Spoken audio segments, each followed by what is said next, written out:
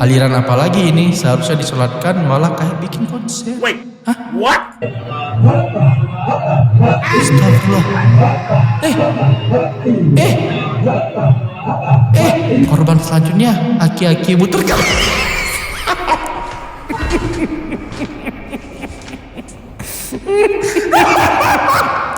Udah lah matinya. Wah, bentar lagi aneh nih.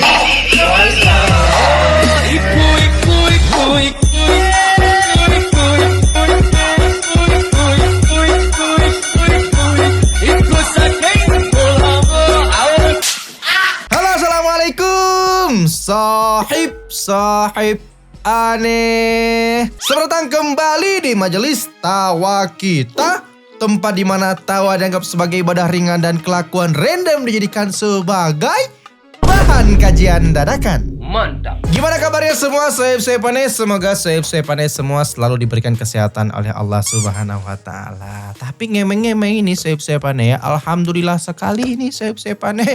Alhamdulillah aneh udah sembuh. Alhamdulillah banget. Demam sembuh, kepala sakit sembuh, pilek sembuh, batuk ya agak batuk dan juga masih suara agak bindeng dikit dan juga gigi aneh. Alhamdulillah sahib-sahib aneh udah sembuh. Alhamdulillah ya Allah. Makasih ya Allah. Ya alhamdulillah aneh sembuh karena Allah dan juga karena pengobatan dari dokter sahib-sahib aneh. Tapi berbicara tentang pengobatan ini, ada orang yang diobati bukannya sembuh malah dia jadi meninggoy. Kok bisa sih bang? Kok bisa kayak gitu? Ya gimana enggak sahib-sahib aneh? Yang dia lakukan pengobatan ini bukan ke dokter. Dia pergi ke pengobatan yang sangat ekstrim dengan menggunakan apa? Menggunakan ular kobra. Sahib-sahib aneh. Gigitan ular kobra. Coba kalian bayangkan itu. Terapi gigitan ular kobra untuk menyembuhkan penyakit. Kayak mana coba itu? Jadi pada saat itu viral di India sahib-sahib aneh praktik pengobatan ekstrim menggunakan gigitan ular kobra. Dan ini berakhir dengan tragis. Bukannya sembuh malah meninggoy. Jadi ada seorang pasien yang berharap bisa sembuh justru meregang nyawanya setelah menerima terapi tersebut. Terapi apa bang? Terapi kokop ular kobra. Dalam rekaman video yang beredar, seorang pasien terdengar berteriak kesakitan sesaat setelah kobra tancapkan taringnya. Nah, jika kalian lihat di sini, sang pawang itu berusaha dengan sangat keras melepaskan gigitan ular tersebut. Namun apa daya? Namun dia kesulitan hingga harus dibantu beberapa orang. Setelah berhasil, pawang bahkan terlihat mencoba mengisap bisa yang sudah masuk ke sang kaki pasien. Ya, bisanya udah masuk, udah digigit, mau diisap sama dia. Diisap sama dia biar apa? Biar bisa keluar bisanya, biar nggak keracunan, biar nggak mati orang itu kayak gitu loh. Tapi sayangnya upaya darurat itu tidak membuahkan hasil. Bisa sudah masuk racun, sudah masuk ke dalam tubuh hingga akhirnya orang yang diterapi tersebut tidak bisa diselamatkan kembali. Ntar dulu nih sahib-sahib aneh. Aneh ingin mau bertanya doang. Kan udah tahu ya yang namanya ular kobra, king kobra dan spesies sama-samanya itu. Dia kan kalau gigit kan ada bisa yang bisa mematikan kan. Bisa racun Venomnya itu kan sangat mematikan. Ini terapi dari orang Bahlul mana ini? Dari spesies anomali apa lagi yang melakukan terapi seperti ini? Gak ada fakta ilmiah, medis juga tidak mengatakan seperti itu. Dia ngide banget bikin terapi kayak gini. Padahal udah tahu kalau digigit ular bisa mati. Kok dia bikin terapi kayak gitu ya? Yang lebih gongnya lagi, kok orang mau diterapi kayak gitu?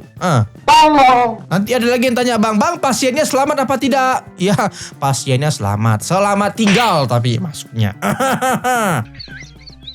Ya hilang kan penyakit. Dokter Dika, memang betul sakitnya hilang, orangnya pun hilang juga. Ya udahlah sahib-sahib aneh, sebelum kita masuk ke dalam videonya, jangan pernah kalian melakukan terapi yang tidak masuk akal kayak gini pokoknya ya. Jangan lupa like, komen dan juga subscribe, nyalakan lonceng notifikasinya. Tidak usah berlama-lama lagi, langsung aja kita masuk ke dalam majelis tawa kita. Pak, gimana sehat? Kondisi saat ini pemerintah rakyat. Oke. Alhamdulillah sehat. Oke. Kaki nggak apa-apa? Aman. Sakit ya, Pak? Sakit. Kenapa ini? Tuh, kalau bukan karena saya, Bapak nggak bisa jalan. Pemerintah pandai dalam satu hal. Ia tahu cara mematahkan kaki Anda, lalu memberikan Anda tongkat dan berkata, lihat Kalau bukan karena pemerintah, kamu tak akan bisa berjalan. Harry Brownie, safe. Aduh bang, terlalu jujur gak sih bang? Pemerintah mana dulu nih bang? Pemerintah mana gitu kan? Kalau negara kita gak mungkin kayak gitu dong. Masa hal yang normal-normal saja dihancurkan dan diberikan solusi. Ini maksudnya gimana? Yang sedang baik-baik aja dia gak mau lihat kalau lagi baik-baik ini. Pingin ada masalah gitu biar dia bisa memberikan solusi. Oh gitu maksudnya. I don't want peace. I want problems always. Gimana di Kenya sana kan? Di sini nggak mungkin. Kalau nendang balik gimana kak? Oh udah jelas. Masuk penjara dong nanti. Ya. Kok kayak kenal ceritanya? Kayak di film apa ya? Lupa. Tapi ingat bukan film sih. Kejadian nyata ini. Hohoi. Maksudnya hutan digudul Kuwi sapa kuwi komen kayak ngono kuwi? Tenang banget jadi mantan presiden, kayak masa awal kepemimpinan gak ada cobaan aja. Tapi gak ada sih namanya mantan presiden. Tidak pernah ada namanya mantan presiden. Yang ada itu presiden keberapa. Presiden tuh gak pernah jadi mantan, safe-safean. Oke, ini SBY ya. SBY akhirnya saya dilantik jadi presiden juga. Oke. SBY. Kok malah jadi gini? Kenapa tuh Pak? Saya waktu itu di Jayapura, baru selesai meninjau bencana di Nabire. Saya sendiri ingin langsung ke daerah bencana. Ada sejumlah saran sebaiknya ke Jakarta dulu supaya lebih lengkap informasinya. Saya katakan tidak. Lebih cepat saya melihat keadaan di lapangan, maka lebih cepat bagaimana kebijakan dan langkah-langkah konkret di lapangan untuk mengatasi bencana itu. Wah itu benar banget safe-safean ya. Jadi beliau ingin tahu bagaimana lokasi bencana sana seperti apa, biar beliau tahu langkah-langkah apa, kebijakan apa yang harus diambil untuk bisa cepat menanggulangi bencana tersebut. Kayak gitu kan harusnya kan? SBY menetapkan 4 langkah terpadu, Itu. yaitu perbaikan komunikasi, distribusi bahan logistik dan obat-obatan, relokasi pengungsi, dan pencarian orang hilang dan jenazah. Kita akan membantu semuanya, kita datang untuk membantu, ya membantu makanan, pakaian, obat-obatan, nanti rumah-rumah akan kita perbaiki ya. Kita obati terus sabar ya, kita obati semua akan diobati terus Bapak Ibu ya. Kepedulian dan Kalau ini teringat bencana 2004 ini ya Allah. Trauma nih safe karena ini salah satu korban gempa di Aceh sana ya. kebersamaan itu memberikan kekuatan bagi masyarakat Aceh untuk bangkit kembali. Presiden SBY juga memimpin upaya pemulihan dan rekonstruksi Aceh. Program-program seperti Aceh Reborn dan rehabilitasi dan rekonstruksi diluncurkan untuk membangun kembali infrastruktur dan ekonomi Aceh. Indonesia banyak menerima bantuan internasional untuk Aceh melalui kebijakan ruang udara terbuka atau Open Sky Policy yang diberlakukan Presiden SBY. Bantuan militer dan lembaga asing berdatangan untuk membantu. Keren safe-safeannya, memang keren banget beliau yang satu ini safe-safeannya. Sebenarnya semua pemimpin yang ada di negara kita itu bagus-bagus saja, tapi ada yang suka banget sama Pak SBY ini safe-safeannya. Kalau aneh nggak salah pada saat itu zaman Pak SBY, aneh beli bensin itu masih murah banget safe-safeannya, masih 5 ribuan harga bensin. Coba sekarang Pertalite aja berapa harganya? 2 kali lipat lebih lagi.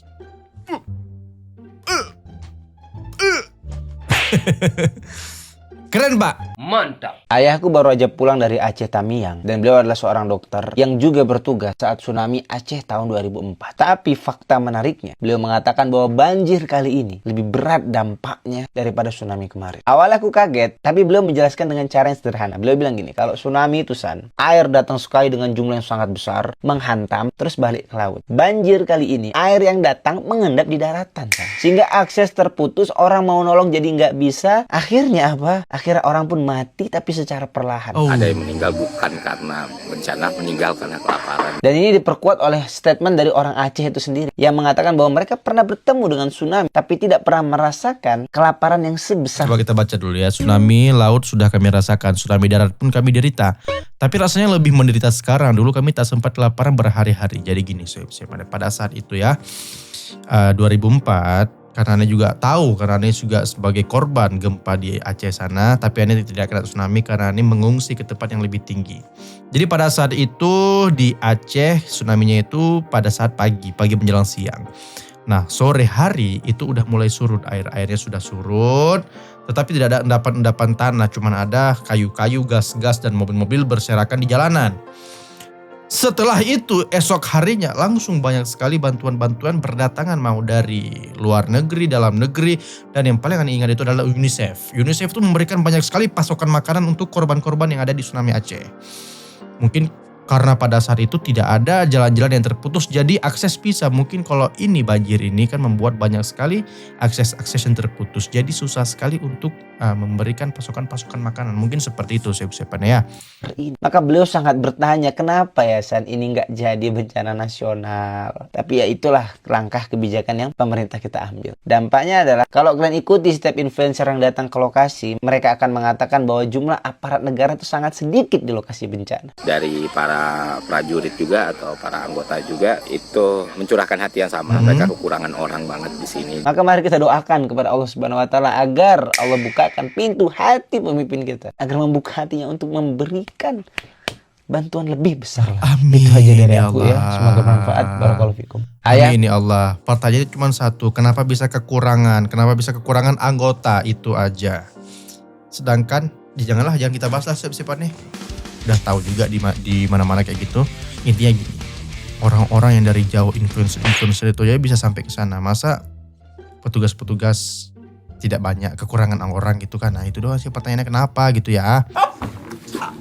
Gempar, seorang pemuda berinisial Madesu yang terbiasa bangun siang menggemparkan warga dengan bangun pagi untuk pertama kalinya dalam setahun terakhir. Gak dulu, ntar dulu nih, sabar dulu nih. Aneh setiap hari bangun pagi, gak dikasih berita kayak gini. Bukan hal yang spesial gitu, biasa aja orang normal banget bangun pagi gitu loh. Sama dibangunkan keluarga ataupun alarm yang berlapis. Oke. Atas rasa syukurnya. Sampai tumpengan loh, bangun pagi doang loh, udah kewajiban itu sholat subuh bangun pagi, udah jangan tidur lagi. Pihak keluarga menggelar syukuran, berharap hari itu menjadi tonggak baru, bukan hanya bagi Madesu. Ibu-ibunya ini kok bisa serius banget lagi, ya Allah, nggak ada yang ketawa. Hah? Tapi juga Bagus bagi banget moral seluruh aktingnya. kampung Cianjay. Alhamdulillah ibu-ibu, anak saya sekarang Oke. biasanya bangun siang, sekarang bangunnya pagi. Bahagia sekali ibunya yang anaknya bangun pagi ya. Seterusnya. Gerakan ini dianggap sebagai langkah pertamanya untuk menjadi pria morning person. Morning dan dipercaya person sebagai banget. salah satu keajaiban dunia yang patut dirayakan. Oke. Saya sebagai tetangganya juga merasa bangga dan senang. Berarti anak saya juga yang suka bangun siang melulu ada harapan bisa bangun pagi. Bener. Sewajibnya memang gitu, bangun pagi, jangan bangun kesiangan. Udah itu doang. Kayak si Madesu. Dalam rangka menuju Cianjay Emas, pemerintahan Cianjay memberikan penghargaan dikasih penghargaan. Aneh nggak pernah tuh dia dapat penghargaan bangun pagi tiap hari, nggak dapat penghargaan. khusus kepada Madesu atas keberhasilannya mengambil langkah awal yang dinilai sangat positif dan menginspirasi. Muka ente senang dikit dikasih penghargaan tuh loh bang. Kami selaku jajaran pemerintah Cianjay sangat mengapresiasi Pak Ukat RW, tindakan berani oke. saudara Madesu untuk si bisa bangun Anjay, pagi. staf si Anjay. Semoga ini bisa jadi inspirasi bagi pemuda lainnya yang punya kebiasaan yang sama.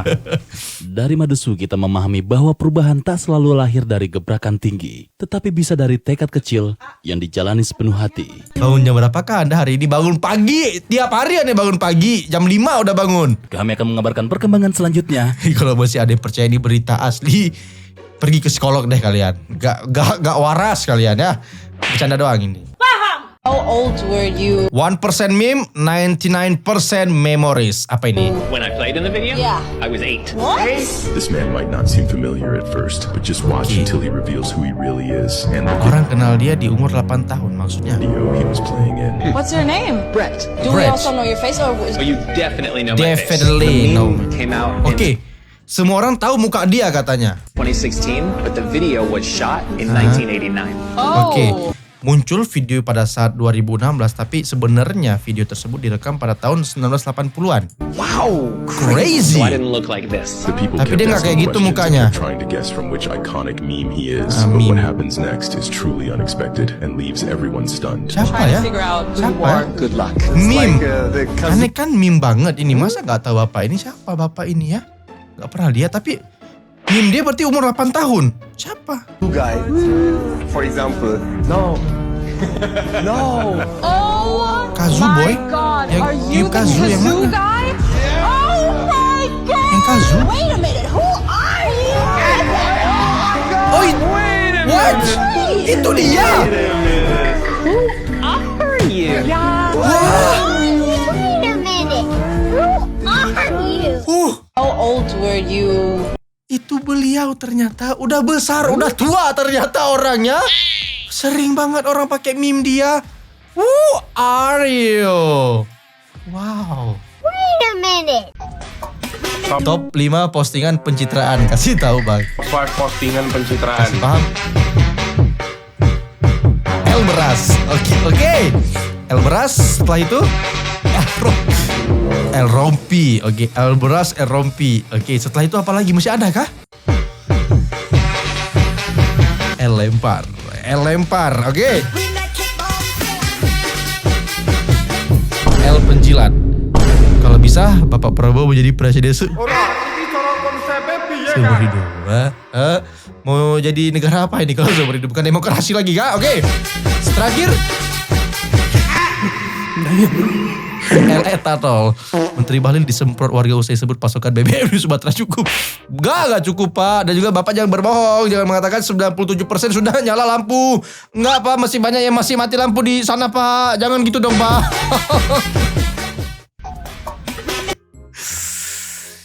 Akhir tahun ada aja meme-meme yang berkelas yang mahal banget gitu ya.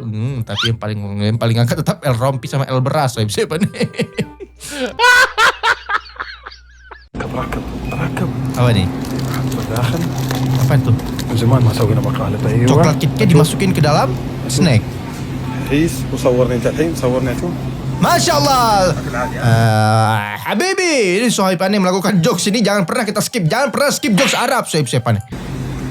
ما يبين ما يبين. Tapi kok tekstur itu makanan kucing. Ngapain nanti makan coklat di dalam situ? Hei, مو عادي. ممتن يا اخي. ini ya lezat sekali ya. خلصنا اعلان بس شوف. ايوه خلاص. Oh, معنا بس خذ. ايه ده؟ temennya minta snack itu. بعطيك زين. دوخ. قلت لك ما تضحكش علينا وتاكل من ورانا. Jangan. Yang tadi kan yang dimakan coklat KitKat kan? Kenapa yang dikasih ke temennya makanan kucing beneran? Ini dimakan dong. Ini dimakan dong. كلها فنان والله. طعمه حلو والله العظيم طعمه حلو. شو رايك؟ Ini dimakan. ده كله. Ini dimakan semua. Dimakan. Makan semua.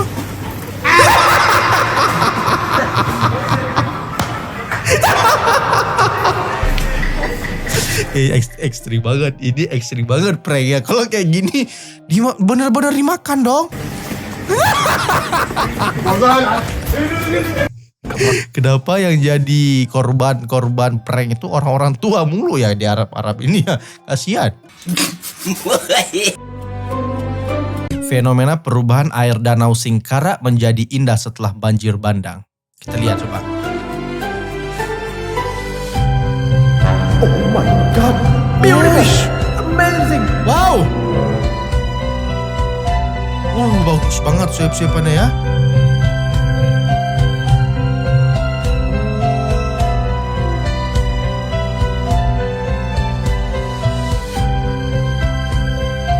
Bagus banget siap-siapannya. Sejernih itu kah airnya kah? Sejernih itu airnya. Kayak di Swiss, beneran kayak di Swiss siap-siapannya. Tapi ini bukan di Swiss. Ini Singkara. Singkara itu ada di Sumatera Barat kalau nggak salah ya. Wah bagus banget siap-siap. Tolong banget udah sebagus ini. Tolong dijaga. Jangan sampai buang sampah sembarangan lagi ke situ. Jangan ya. Alam padahal sudah menyembuhkan dirinya sendiri. Alam tahu cara menyembuhkan dirinya sendiri. Tolong jangan kalian rusak lagi. Jangan dirusak alamnya. Tolong banget ya. Setelah musibah malah ada keajaibannya ya. Itu kan orang bilang di setiap ada kesulitan pasti ada kemudahan. Di setiap ada kejelekan pasti ada kebaikan. Di balik sesuatu yang terjadi ada manfaat dan juga ada manfaat dan juga faedahnya. Tuh. Milenial dari baunya kayak mau turun hujan. Gen Z. Apa? Dari baunya? Emang gak tahu bau hujan kalian? Milenial. Iya, bau hujan. Emang ada yang gak tahu bau hujan ya? Gen Z. kamu bisa nyium bau hujan? Bisa dong. Ini nih. Kalian gak pernah cium bau hujan? Gak pernah, serius ini? Alamak najisnya. Ini seriusan Gen Z gak tahu petrikor. Padahal aromanya tuh sangat khas loh. Bau-bau lembab, bau-bau aroma tanah. Bau-bau dari uap panas yang tiba-tiba berubah baunya itu berarti mau hujan karena udah mendung. Tercium bau-bau mau hujan. Masa kalian gak tahu? Apalagi setelah hujan yang tanah-tanah basah itu, wah aromanya enak banget itu. Serius kalian gak tahu bau hujan? Tinggal di mana sih kalian? Jangan terjemahin mentah-mentah. Apa ini? Terima kasih sebelumnya. Thanks before. Yang bilang thanks before pintu taubat sebelah sana. Emang apa bang? Thank you in advance. Oh thank you. Ini. Pull yourself together. Tarik kalian semua bersama-sama. Bukan tarik diri lu bareng-bareng. Apa lu Swan? Artinya tenangin diri lu. Tenangin dirimu. Tenangin. Oke. Ini. Untuk baik. Bukan untuk kebaikan, apalagi untuk baik. Because I know untuk selamanya, oke. For good ya. Untuk selamanya. Jangan nonton kita nggak satu. Jangan terjemahin. Oh, bagus dia ya. Walaupun dia ngata-ngatain kita tapi diberikan edukasi, nggak apa-apa. Akhirnya kan kita salah, akhirnya tahu yang benarnya seperti apa kan. Mommy, don't cry. It's okay. It's okay. But my friend said I'm ugly. Don't be sad. So am I pretty? No, you are ugly.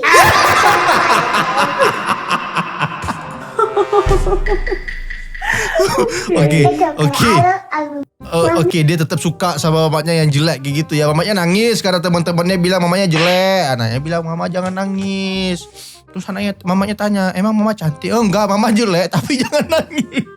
Kok pintar banget bocil-bocil luar negeri sana. Tambah kenceng pula nangis mamanya. Tapi gak apa-apa, dari kecil anaknya sudah menjadi seseorang yang jujur gitu kan.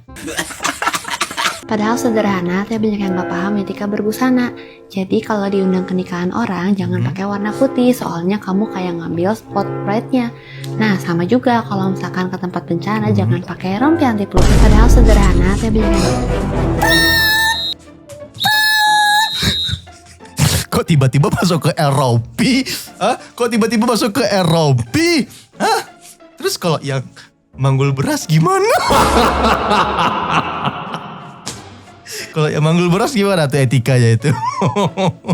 Padahal sederhana, tapi bupati malah umroh ketika daerahnya kena bencana. Wow, tidak tahu. Ada bencana, pergi umroh. Bagus. Pergi umroh, dia memiliki bantuan dari langsung pusat. Dia meminta bantuan langsung ke pusat. Siapa dia berdoa. Positive thinking aja. Sabar aja ya. Ini gurunya keren banget sih. Kenapa tuh? Coba kita lihat. Wakil rakyat, duduk nyaman di kursi empuk. Rakyat jelata, duduk gelisah di bangku usang. Bahkan tak jarang ada yang duduk di pinggir jalan untuk mencari sesuap makan. Bakar dia, Manyala nih. Kasih Manyala. Hahaha, lucu sekali.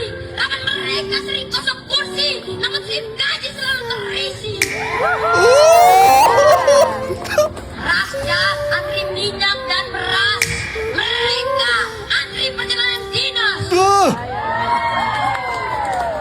Mungkin negeri ini perlu cermin besar agar DPR bisa melihat mana yang lapar.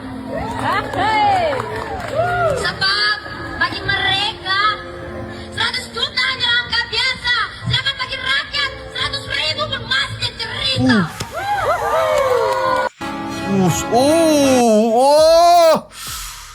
Ini dia membacakan puisi apa membacakan proklamasi kayak gitu siapa nih kemerdekaan itu kah? Apakah kita harus melakukan kemerdekaan V.0? Harus kedua kalinya kita merdeka atau bagaimana? Ini merinding kan dengar dia serius. Tapi pemilihan diksi-diksi dia tuh berat banget ya, nggak kayak bocil itu kayak orang dewasa yang sedang orasi gitu siapa-siapanya. Diksinya bagus banget pemilihannya ini. Siapa gurunya ya? Anak itu juga siapa? Pengen tahu nih orangnya siapa? Apakah nanti dia besar jadi politisi yang baik atau politisi yang buruk? Itu masalahnya. Kecilnya dia keluar-keluar untuk menjatuhkan pemerintah, pada saat besar nanti dia menjadi pemerintah seperti itu. Itu yang kita takutkan. Jangan ya Dik ya. Asik, freestyle. Gak naikin orang juga, Bang. Maju. Oke, kasih paham. Freestyle dulu dong. Masuk.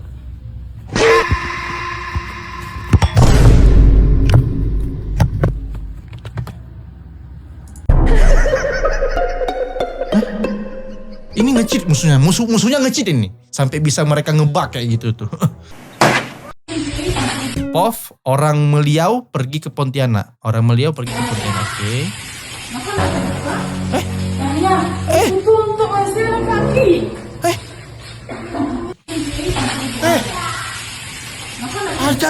Jangan adiknya wudhu di situ. Itu kan bekas. Kan itu kan kami pipis di situ, Dek. Hah? Kok malah wudhu di situ? Tapi harusnya toilet, ini kan toilet laki-laki. Ada kan gambar man sama woman. Kok masuk toilet laki-laki juga? Hah? Dan juga ngapain dipakai wudhu? Nggak bawa pusing emang itu?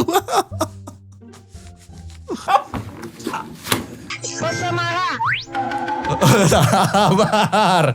Ini kalau ada mereka kayak gini biasanya dia nggak jelas. Ini pose marah kayak gitu sep-sepannya. Prakteknya gimana?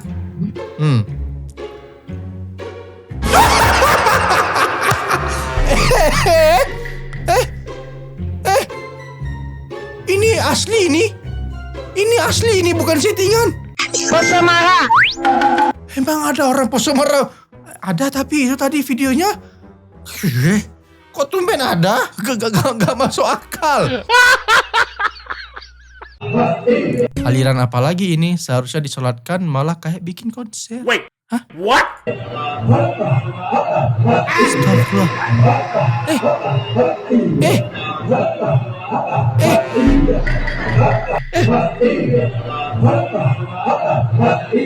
Sabar dulu, Sep-Sepan nih. Kan ya Allah, ini maksudnya gimana?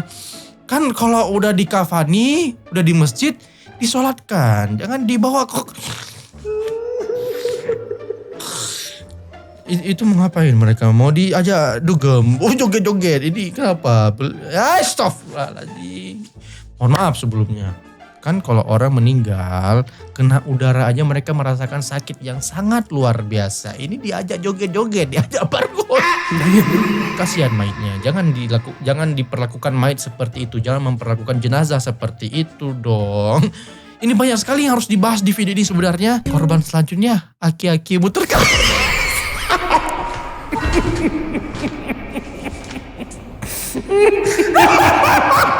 Oh ini kah?